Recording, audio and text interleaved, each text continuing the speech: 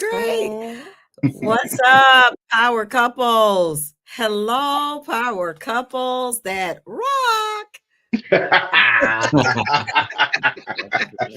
It is Timeless Tuesday, and we are live, right? Yes. We missed you all. Yeah. But before we jump in, I first want to welcome our co-host tonight with us, pastors, but it's pastor tonight. Pastor Alvin Parker is in the building tonight, and we welcome you tonight. Hey, hello. We miss you, but we know that you get well soon and come back and visit us. Yeah. She'll be live probably on doing a lot of the chat for us. That'll be great. Yeah, knowing her, she probably will. She might. And anyway, and then also we want to just welcome back our second co-host, Calvin and JJ with Black Hey. Woo-hoo. Welcome back, Catherine. We missed you. Well, thank you. Thank you. I missed you all. I want to just first say thank you to everyone who had been praying for our family, who sent cards, texts, gave me hugs, let me cry on your shoulder, flowers, all of that. I want to thank you all for your support in the passing of my mom. And we celebrated her really well. I'm definitely going to miss her, think about her every day. And there's just parts of me, things that I do, I see that's my mama in me. But I want to thank you all for allowing us to grieve and go through our process as a family. And if you guys walked in our kitchen right now, it would be like a florist. That's just how much love and support not only does her mom have, but also Catherine has as well. So it's absolutely incredible, the level or the amount of support that we've received throughout this season. And so it's wonderful. So I just walked through, it's like, oh my God, you just breathe all of the flowers that's in the air, that aroma that's in the air. It's like, I know it won't last forever, but it's really fresh. Yeah. In our kitchen.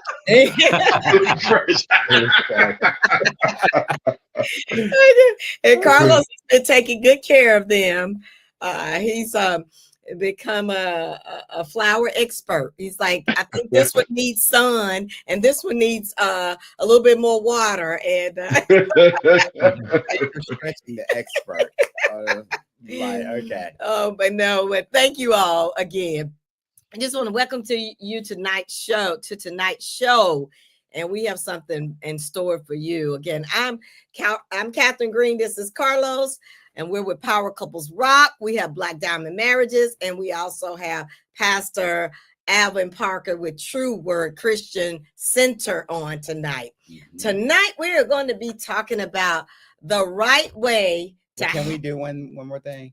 What? I just want to recognize Alvin and Victoria Parker because they just celebrated a wedding anniversary. They just celebrated an amazing wedding anniversary. And again, we attended where we were part of their engagement. Everything that they were doing. And so they just celebrated. Give us the years, Alvin.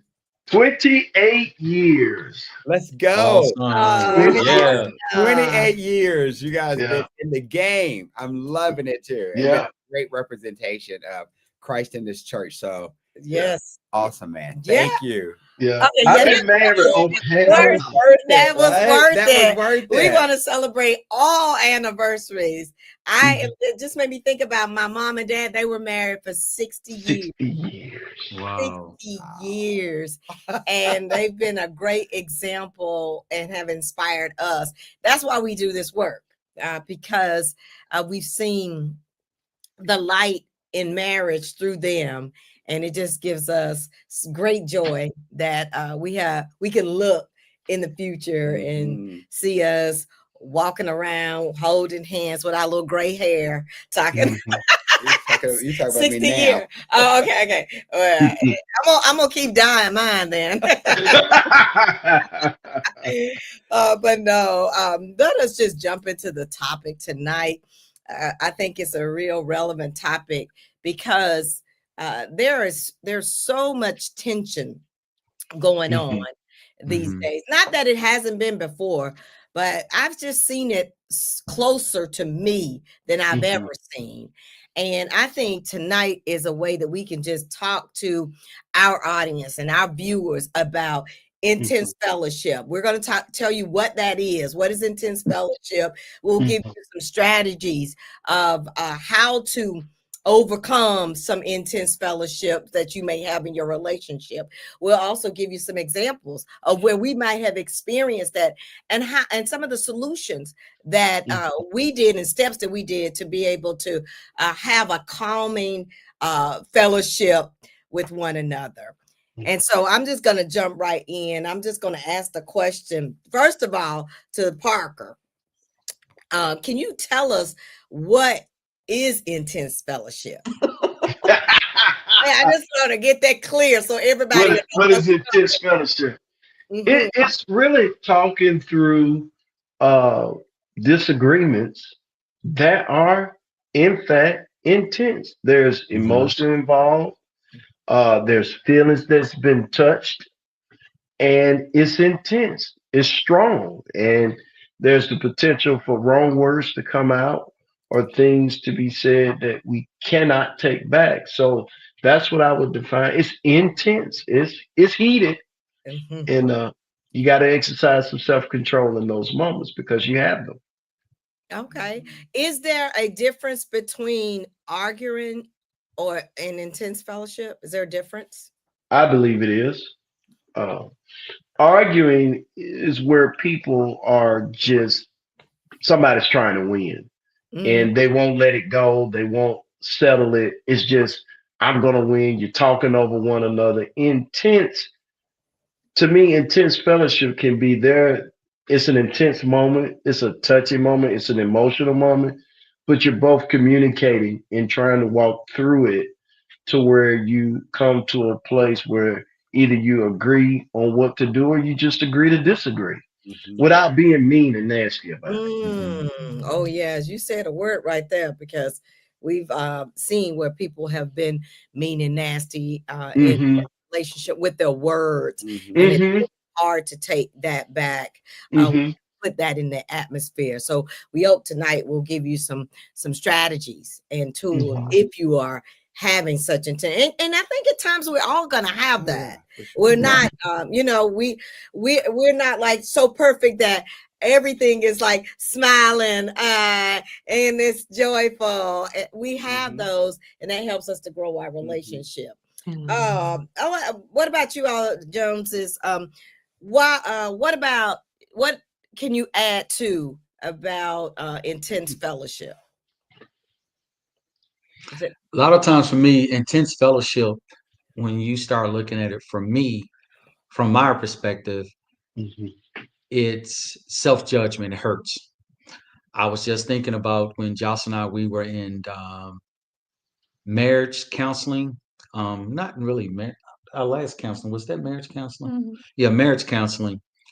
The conversations and things and workbooks that we had to go through and what was brought up during that counseling, that was intense fellowship in regards to having to do self-evaluation and looking at inwardly in order to help the marriage grow and help both of us grow in that regard.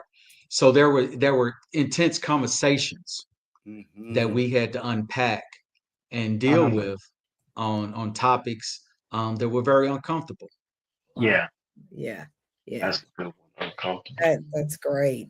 Thank you for sharing that. And I was just thinking, one of the things that you had said, Alvin, regarding the difference between angry and being intense in your fellowship, that angriness, you could literally lose your mind when you're angry. And you start saying things, or there's actions that come out that would not be representative of you growing your relationship. And that's where it becomes a selfishness. Mm-hmm. Because like you said, you're trying to win. So you're going at it by any means necessary. Oh yeah. I'm going to win this argument instead of saying we're going to get through this together. Right. Right. And it may be uncomfortable, it may be awkward, it may be it will be hard. But coming out on the other side of it to where neither one of you are just burned. Yeah. Remember, those words will live on forever. When Yeah. you say something, and I can forgive you for it, but if you say something that really pierces the heart in a negative way, that makes it even more challenging for me to get over. Oh yeah. That's that when you said that, I was just the two scriptures that came to mind that words can wound deeply, and it's Proverbs 18:8 and Proverbs 26:22. And it's both, it says the same thing. It says the words of a talebearer are as wounds, and they go down into the innermost parts of the belly. And when it talks about the innermost parts of the belly, actually it uses that same phrase in Proverbs 20:27 when it talks about God searches the innermost part of man. And so words can wound the spirit. Words can break down the spirit. And so when you're releasing words, like you say, out of control, you're not thinking, you're just emotional. Man, you can't take that back. And that wounds a person deeply. And then now they have to work on themselves and use their faith to forgive you of what they said. Now you've given the devil something to replay in their mind. And That's so it. we have to be careful about that. I didn't see it that way at first until I started studying the word of God about how our words are important to us. Okay. Thank you.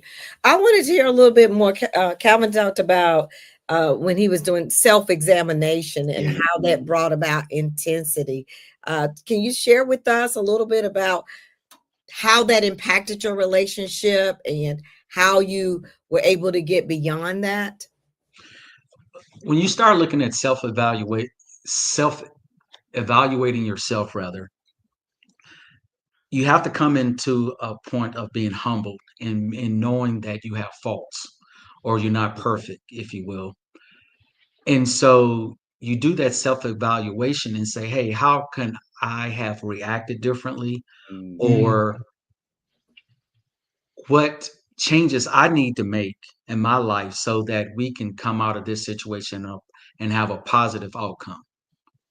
So, when you start evaluating yourself, I think I shared one time, in my profession, I think we had talked about 3 stages of giving a presentation: front of the room, back of the room, and in the room. And when you are in the room in a situation, no matter what, you're examining yourself. So you become disconnected with the current situation, and you start looking inward and say, okay, how's my body's language? How is my body language? What is my responses? What, who's getting on my nerves, and trying to self-evaluate yourself to change the atmosphere, especially if that atmosphere is going in a negative manner.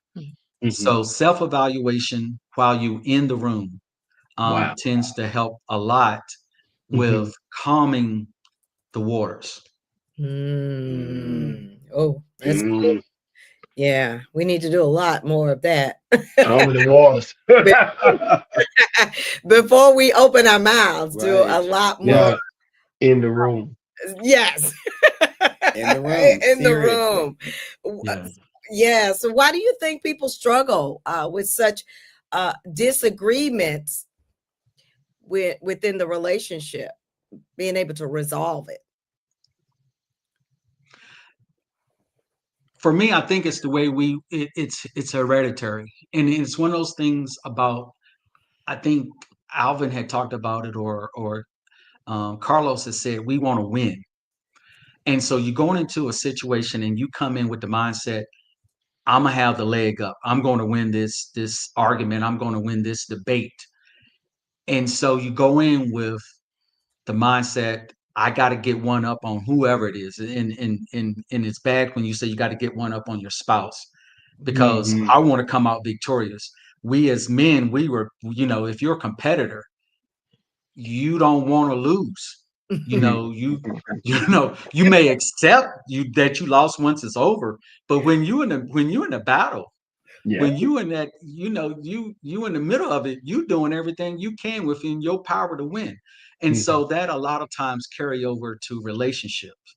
You doing everything in your power to say what you need to say, how you need to say it, thinking about it so that you can say, check that box, I won. But really, are you really winning in regards to that? Because you just defeated the person you're supposed to be in love with. Oh. And y'all on the same team. Why you trying to win against each other? Right. Oh, that's good. Right. Did you have something to add to that, JJ? I think for me, we were just talking earlier about how we both grew up and Calvin was talking about how he had a fear of I guess speaking his mind to people, saying what he thought because of, fear of what they would think, or especially with adults, what they would say. And I was telling him that I didn't really have that same fear. Even though my mom that used to always say, don't question authority, you don't question adults.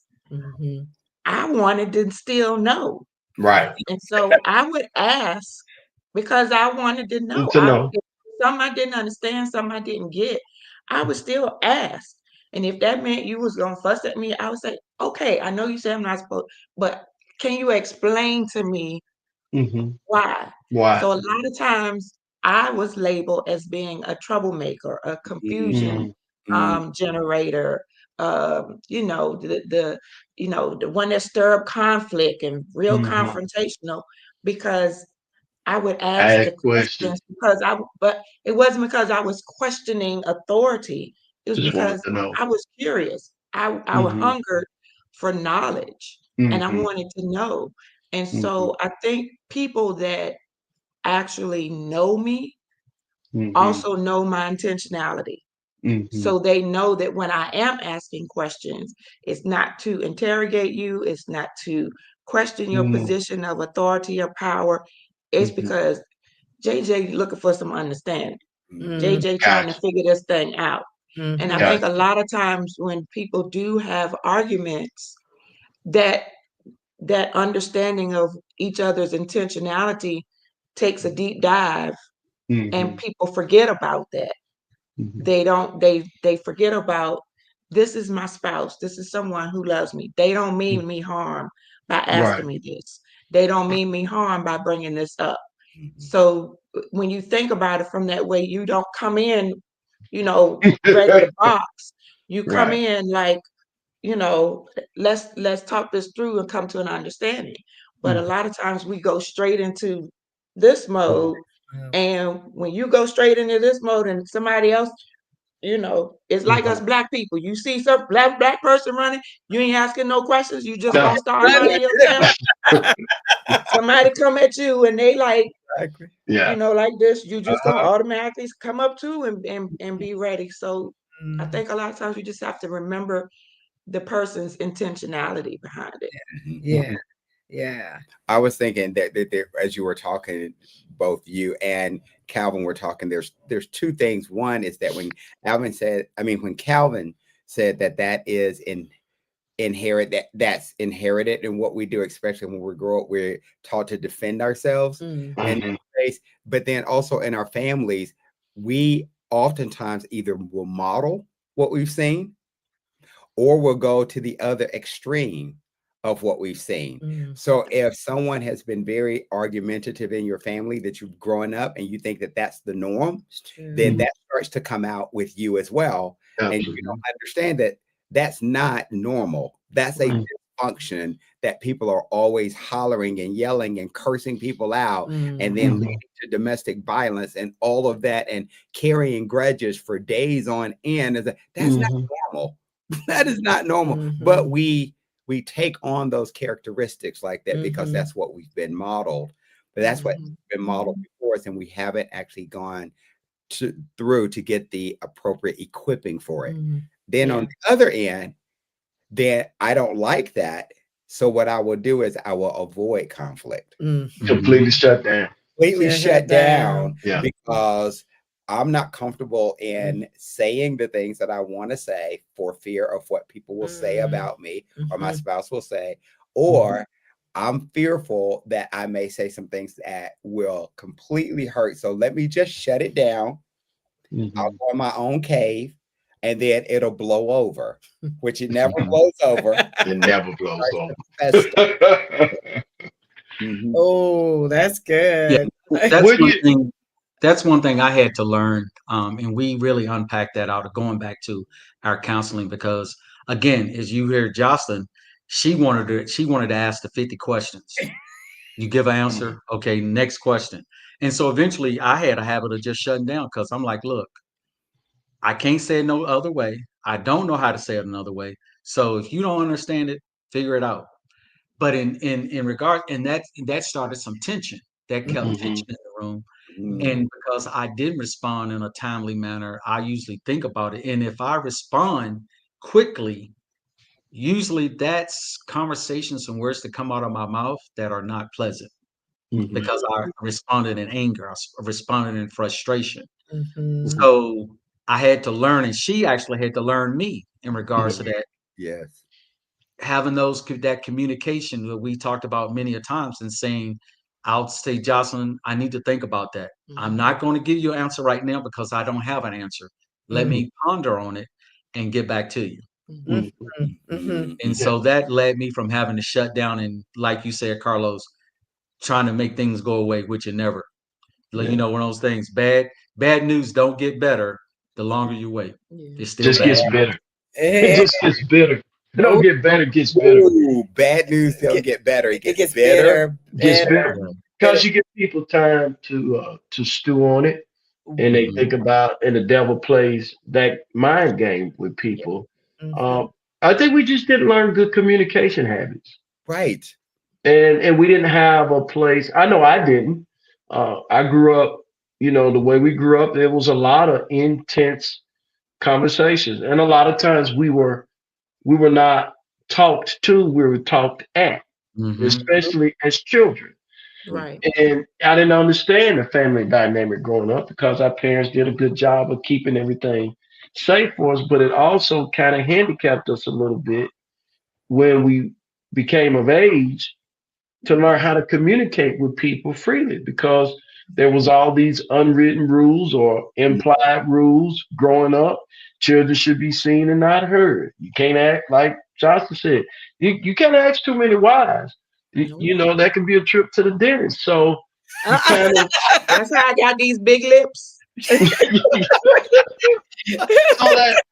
that leads to a lot of poor communication habits, and that, like Calvin, I struggled communicating with Pastor Victoria in the beginning of our marriage, and there were times we just had to table things because it was just that intense. I didn't have the words, but I wanted her to understand. And then there were times she was like, Alvin, if I say it right now, it's just not gonna come out right. It's not, and I can't pull it back. So we're gonna have to table this. And you know, I grew up, I'm a man, let's fix it. Let's fix it now. I don't want to wait, but I had to trust her, and I had to trust God that she would come back and unpack this thing. And so I just learned, God taught me from love that I give up my right to win in any discussion. I don't want to win. I don't want to win. It doesn't matter to me. And that really helped me listen, because I thought I was a good listener until I started working at BT, and they taught me the customer reaction cycle. Yeah. I was like, man, I don't listen at all. But I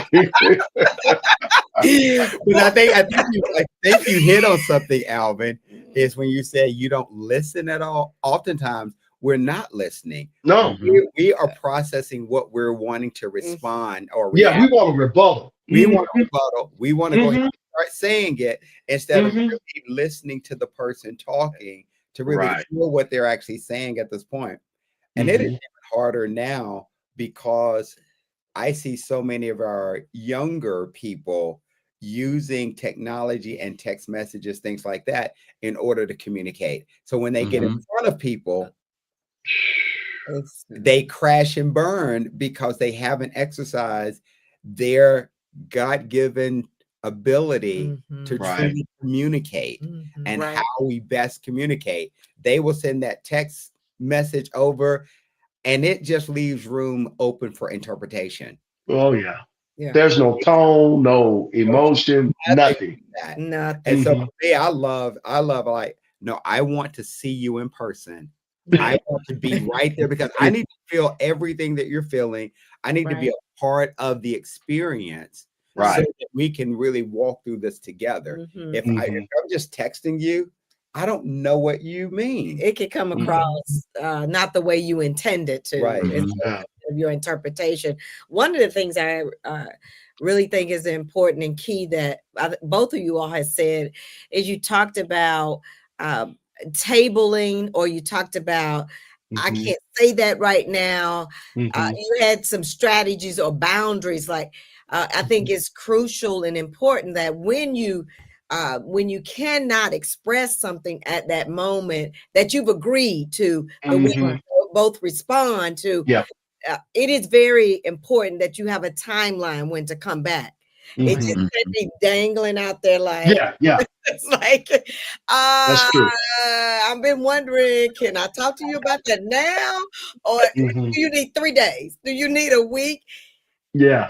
Put timelines or time frame around that. And when you study each other, you know how each other respond. As Calvin mentioned, that's one of the things that we incorporate in our relationship, is that because we're studying each other, we got to know how we respond when it's tense. I know for me, when I've got a lot going on, and I've got a bunch of events happening, I've got take care of this, take care of that, I just started to go into this like this mode of just check. And I'm not looking up, and Carlos is like, okay, let's take a moment. You could calm down a little bit. I said, you're right.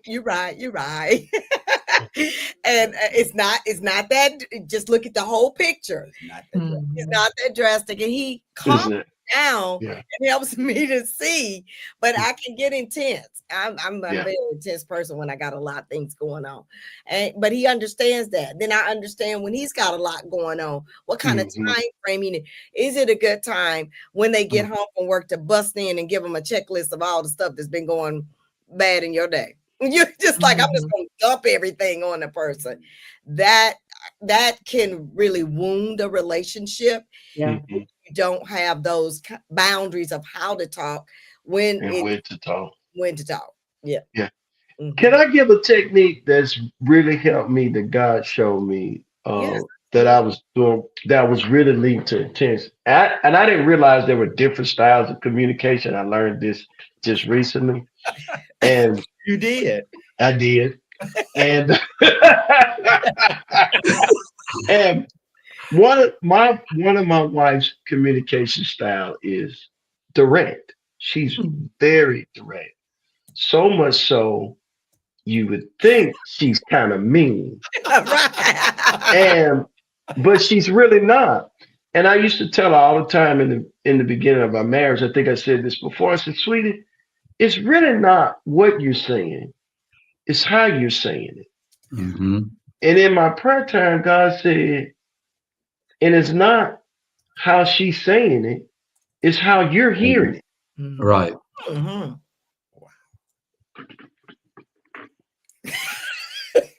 Okay. So here's what God was showing me. You're allowing predetermined thoughts to color what you're hearing and not listening to your wife. And that was just an attitude adjustment according to the love of God that's in me, that he reminded me, you need to listen with ears of love. Because see, when you love God's word, the scripture says nothing offends you. So that's one of the ways that you can guard against offense from your spouse. You know they love you. They've been with you all this time. So why are you hearing it that way? Intentionality. Even if it comes out intense, even if it comes out that way, you can choose to hear it how you want to hear it. And it's really listening with a forgiving ear. Yeah. Ooh. With a forgiving ear. But you can always ask for clarity too, right? Absolutely. Yeah. You sure can. What did you mean by that? What did you mean by that? Is that what you mean? Yes. Yeah. Yeah. And that's I okay. know you. Yeah. Instead of, I know you ain't talking to me that way. Right. You better And watch they may not even be aware Uh-huh. that they're talking to you that way. Yes. Yeah. Yes. My dad had a professor when he was in college, and he Mhm. used to always repeat and one of the things that she said, receive it in the spirit in which it is given. And what Mm. she was saying was, understand that I might not be saying this in a way that you want me to say it. So that Mhm. receive it, knowing that my spirit, the way what I'm trying to convey to you Right. within a good spirit. The intentionality Yes. is good. It's Mhm. coming from a good place. Right. It was like when I would tell my sons as they were growing up, and then we would have to have intense fellowship, hard conversations. Yeah. But I would always say, would I ever do anything that would even remotely come close to harming you? Yep. I would never steer you down a path of Right. destruction. I would never put you in a situation to where Right. you're not going to be equipped or set up to win. Right. And so even with me and Catherine in our intense fellowships, I'm going to always be in a posture of how do we win together? How do we Absolutely. overcome this Right. challenging situation, whether it's Right. something that financially that we're going through or Mhm. something that's been done against us that we don't agree with, and we get Right. into this argument. It's not really an argument, the intense fellowship that we have, because Mhm. we're trying to walk through Right. that issue together, Mhm. not blaming each other for the issue. Even if it's something that I did, made a Mhm. decision that I probably shouldn't have made and put us in a situation that we shouldn't be in. Right. Right. Right. I've I done it. we all do that, right? I've done it. I Oh mean, yeah, I've done I've done it on several it. occasions, made a decision, done Mhm. something, and it didn't put us in the best possible position. So now, Right. how do we have intense fellowship where she listens to me with a forgiving ear, Mhm. and I become transparent and vulnerable in everything, Mhm. so that she's not blindsided by anything else that That's it. may come out. And Right. so we get through that and make resolutions about what that looks Mhm. like going forward, Right. Yes. just so that we don't experience that again. Exactly. At least that issue. But the other ones. Mhm. But the other ones. Well, my question is if there's a couple out there like right now, Mhm. they're listening, and they keep having this cycle of they're stuck in just Mhm. this pattern of negative behavior, nasty behavior. What are some steps that they can take to break the cycle? Mhm. my my first step is let the peace of God be the umpire. Mhm. Colossians 3:15 from the Amplified Classic says, "Let the peace of the soul harmony which comes from Christ rule and act as an umpire continually in your hearts, deciding and settling with finality all questions that arise in your minds." Now, a great way of looking at that, because some people may be listening, they're not a believer. And what I would say to you is this, that for the believer, one, and then I'll just the other part of it, is deal with the questions that comes to the mind before you respond. And so when we hear things that kind of that's intense, that's in that cycle, what does it do? It sets off a bunch of questions that either make us feel fearful, uncomfortable, intimidated, unsettled, and there's no immediate answer to those questions. And so people start responding off that trigger, off that response. If you make up in your mind, okay, I'm going to respond according to this word. This word going to settle the question. I'm not losing because nobody loses. We're in this together. So I just need to seek understanding. For a person that's maybe listening and they're not in Christ, then you have to deal with the conversation. That's the only way I know how to deal it from this side. But my suggestion would be think before you start responding. Think about how you want to be talked to. Think about the response that you're going to give and where it's going to take you. Because if you start arguing, you're not going to come to a solution. It's just going to blow up. So people say things that can't take back, and in some cases it gets physical. And if it gets physical, now you're talking about a whole host of things. Because if it gets physical, it could be financial. It could mean jail time. It could mean loss of career. It could mean loss of an ability to earn an income just because you let some stuff get out of hand. So that's the way I would let that, for the believer, let the word settle it. If you're not a believer, think before you respond, because there's another question behind that original question that comes to mind, and you need to check that out. We developed with Power Couples Rock a method for communicating through intense fellowship that we call the RAIN method. Okay. So R meaning respect each other. Walking through that situation, knowing that they have your back, they have your best interest at heart. So respect them, and also for the wisdom that they may bring to that situation. And then the A would stand for acknowledge the situation that you're in. Don't try to hide it. You know that it's coming. You know it is. So put it out there, because if you don't put it out there and you continue to dance around the issue, then your partner or your spouse don't know what you're talking about. Right. Put it out there. Acknowledge, both of you all acknowledge that there's an issue. And then the I is issue focus. Keep it issue focused and not on each other. Keep it issue focused. What issue are we trying to resolve at this point? Not that you are getting on my nerves. No, this issue. Right. You're pointing fingers. It's like this issue is really challenging us at this point. So here's the issue, what it is. And then the last one, N, is no noise. So you keep noise out of, like, don't be having all your girlfriends who are divorced, all your homies who don't want to be married, all of those that, that don't really have the best perspective when it comes to marital relationships.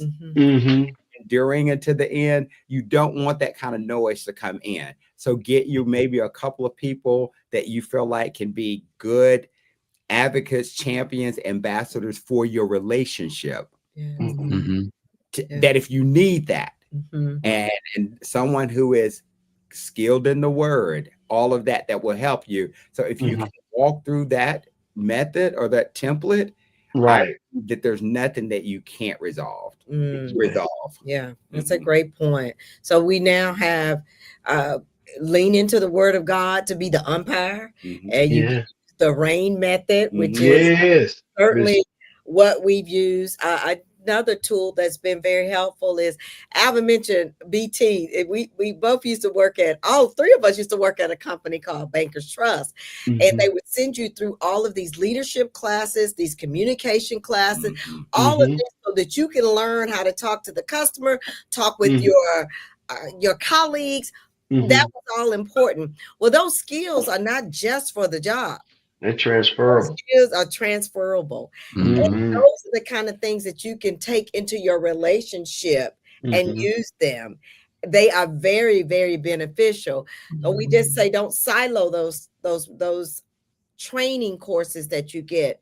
Incorporate those to help you resolve issues that may come up in your relationship. Yeah. I know something that I've used before is what I said versus what you heard. And I know that a lot of times couples, like you were talking about, get into this cycle of just going at it. And a lot of time that's because what was said is not what was heard by the other person. And so I know with my previous marriage, that happened a lot. And eventually it got to the point where I would just be like, okay, when I could feel things were getting heated and we were just going back, eventually I'd just be like, wait. Okay, here's what I said, but tell me what you heard. And tell me what about what I said bothered you? What about that? How did that make you feel? And once we started doing that, then it was easier for us to kind of go in and pull out the extra pieces and really get to the meat and the root of what really was intended to be discussed in the first place. So I would offer that as a tool, is to, if it's a cycle that you continue to get in, one of you get to it. Sometimes it might be one of you that has to be the one to be like, okay, wait, hold on, wait. And it might mean sometimes you can't say it to each other. Pull out some index cards where, on one side of the index card, what I said, on the other side, but what I heard. And then pass them to each other so you can read and give each other time to dissect that, whether that's, okay, here's my card, I'll take your card. We're going to take 5 minutes apart and go digest this, meditate on this, and then let's come back together and see if we can work through this and talk through it. Because a lot of times, a lot of misunderstanding happens based on what was said versus what was heard. I know for Calvin and I, anytime that I would bring up something from the past that I was using as a reference point, he took it as me using it as something to throw in his face. So because he took it that way, he wasn't trying to hear anything I was trying to say in that regard, because he was like, no, you trying to throw this in my face. And for a long time, I could never understand, like, why is he getting? And I'd be like, why are you so upset? That's what you said, or that's what you did. And he'd be like, you're always trying to throw my past in my face. And I'm like, no, if we talking about like, we're going to get ice cream, and I went and I got you chocolate and got me vanilla, and then you upset because why did you get me chocolate? I don't like chocolate. No. 3 years ago, you said chocolate was your favorite. So I got you chocolate. Well, you trying to throw that in my face. You act like I can't change. I don't like chocolate no more. I like butter pecan. That's my favorite. And I'm like, well, I didn't know that. But you trying to throw it in my face. I wasn't throwing it in your face. I was using it as a point of reference. So again, I think that still goes back to the intentionality, because he did not understand that my intentionality wasn't to be confrontational. Can you just bring like 4 or 5 different ice cream flavors in and let him pick what he wants? Look. So that goes back. That's also. I'm gonna break in there because she said a lot in regards to that. It goes back. Oh, sorry. No, but I'm saying things like that could cause a very intense fellowship. Right. To the point where it'll go from, how you don't know that's my favorite ice cream, to you don't even really know me. I can't believe we've been together all these many years and you still don't know me. Well, you don't know me neither, because you came in here yesterday. And it could just keep rolling, all because what started out as somebody trying to do something nice for their spouse, and it just tumbled. And so that's why I was saying, I think a lot of it goes back to intentionality. You have to know your spouse is not coming for you. Yeah. They Can't even get a brother a scoop of ice cream. Exactly. So what you gonna say, Calvin? What you got to say, Cal? What I was gonna say is it goes back to communication. Just because I liked something 3 years ago don't mean I like it now. So if you would have communicated that before you went and bought it, asked that question, we wouldn't have had that problem. That But just a intense little conversation. just a little conversation. Little conversation. That's all that needed to happen. Just a little bit. But in regards to that, not this is a counseling session, but in regards to that, what tended to happen in intense, I saw it as you're part of that thing as the debate to win that argument. You want to put these examples in and say, hey, this is that, and so forth and so on to validate what you're trying to say, as opposed to just saying it and bringing up all that past stuff. So we had to get to that understanding, that realization together that we don't need to bring up to validate, just say what we need to say. And then sometimes that validation comes into play, but it became overwhelming for me. And it came back to that intense conversations and just shutting down. Yeah. So we've learned over the years to handle things differently and to really give each other grace and time in order to unpack those things. And like you said, Catherine, come back, because I'm a procrastinator. If you give me a day and 24 hours, well, 23 hours, I'm gonna take that whole day and 23 hours to come back to you. And meanwhile, I'm boiling. Right. I think this is definitely great conversation. We're definitely going to have disagreements throughout. Keep on living. You're going to have disagreement. But what we want to make sure that our listeners and viewers have is that they have some techniques. They have some tools and resources to where they can help work out some of this intense fellowship. You've heard some beautiful ones here. We seek God for the being an umpire, the rain noise, what I said versus what I heard. I think those are very good tools. And then also establish a timeline when you need to take a breather and come back to that. Right. One other thing that's very, that I would like to drop here is also, I've seen the technique where you may have somebody who's a talker and they've gone on for 10 minutes. And I don't remember what you said. So a technique that you could use, number one, timer.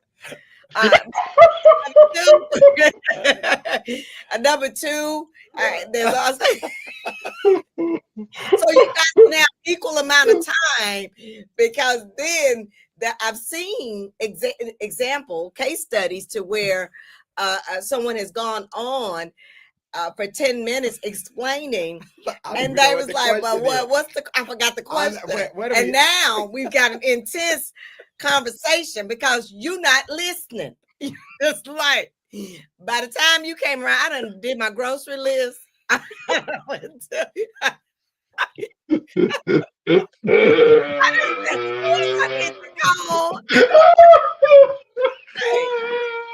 So I'm let me look at my calendar. Now you got attitude because I don't remember what you said. Listen, Linda. Listen, Linda.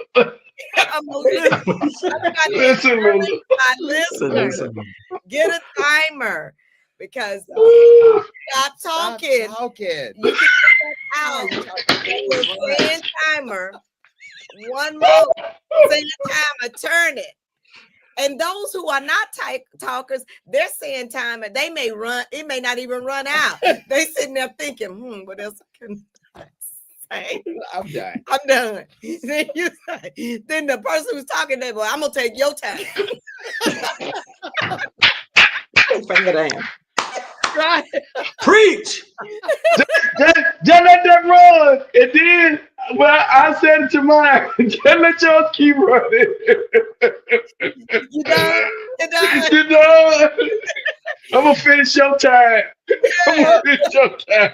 We trying to help you all Oh, Jesus. to have better conversations when they're. Oh, Lord. Oh, God. These are tools that can help. That I just wanted to drop that seed because I know we had given them a lot of strategies. And yeah, I'm done talking. I don't have anything else to say. I'm good. If you need my time, go ahead and take it. I'm good. Whoa. I'm laughing at myself because I definitely need the time. I'm gonna tell y'all, trust and believe. You have repeated yourself at least 3 times. On. At least. Why are you talking about my family? I'm trying to help y'all. We're trying to help you all out there. I have better intensified conversations. Yes. I'm telling you, it's gonna be good. It's gonna be good. If you don't have a timer, there's a timer on your iPhone, your smartphone. There's a timer. Oh, you got a smartwatch. Well, Alvin, I'm just gonna say that might cause problem because they say, there you go, looking at your phone. You know how we do. We gonna find something. You just pre-qualified. Now, in case you think I'm looking at this phone, I'm setting this timer. Yes. So you don't be making grocery lists on me when I'm trying to explain how I'm feeling. It's already a challenge for me to get this out in 10 minutes. Lord. You need to go to Toastmasters. Oh my God. You talk too much. Yeah. if we know that the status has changed over the years about people listening, used to be 20, then it went to 15, then it went to 10. Now it's like 7 or 5. So you have already lost them. Yeah. When you've gone to 10. Yeah. We talk about their attention span. It's not that long. Attention span is not that so long. We're gonna do better, right? We're gonna all do better with listening, repeating. I'm using my faith for people. Their attention span longer than that. So they're looking at you and doing their grocery list. Okay. Yeah, we'd have heard a couple of your messages, Alvin. Yeah. Listen,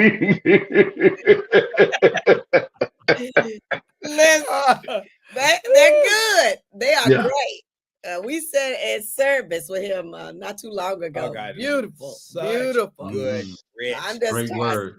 trying to it was so reach good. everybody. You gotta. But we're talking about intense fellowship. Yes. So that's a difference. You're coming there for the teaching and the word. Right. But if we're having a particular challenging situation, to drone on for 20 minutes would be challenging. Yes. So, absolutely. Good.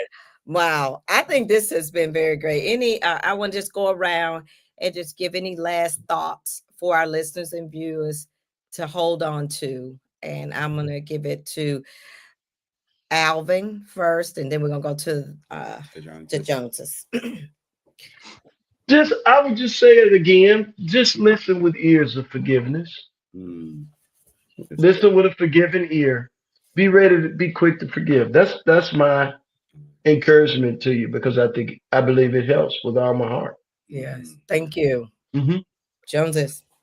For me, my biggest takeaway is in regards to what Carlos has stated is rain. And out of rain, I'm using the I. It's issue focused. Yeah. Because when we're dealing with a lot, we tend to bring up what was said last year, 2 years, and so forth. So if you stay issue focused, that will keep everything in that realm, if you will, in that box, that where you can resolve that, and then you don't allow a lot of noise and outside interference come in that conversation. That you stay focused, and that will help us to resolve what the issue at hand. And staying issue focused. So thank you for allowing me to share that, Mother Catherine.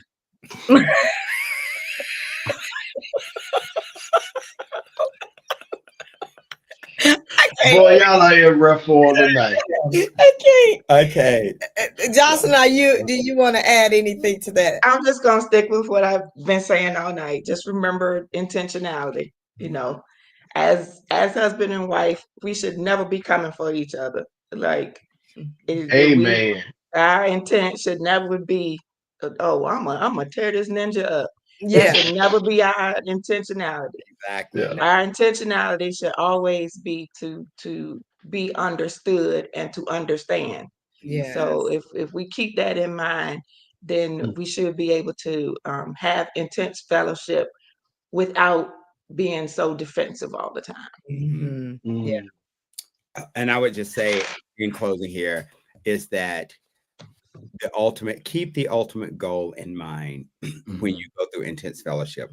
The goal is that you come out stronger on the other side. Both of you all win on the other side of intense fellowship. And so if anyone's losing, everyone's lost. Amen. Keep that in mind. Okay. With that being said, I think you all have said enough, and this certainly has been beneficial, I think, for us. I said y'all said enough. I think we're gonna get out of here early tonight. Oh my goodness, you all just Ooh, Jesus. This has been really rich and funny. I don't have anything. We're doing. I got good. 3. I got 4 minutes. Let's go. I got 5 minutes. I think that was your timer. Just join us here next Tuesday for Popcorn Conversation, where we are popping out the questions, one pop at a time. Yes. We'll surprise you with what our topic is going to be for next week, but it'll be great. But in the meantime, in between time, while you're away from us, you got to remember to get powered up. Yes, baby. Next week. All right. You got tools now. Get busy. Get busy. Bye-bye. Bye.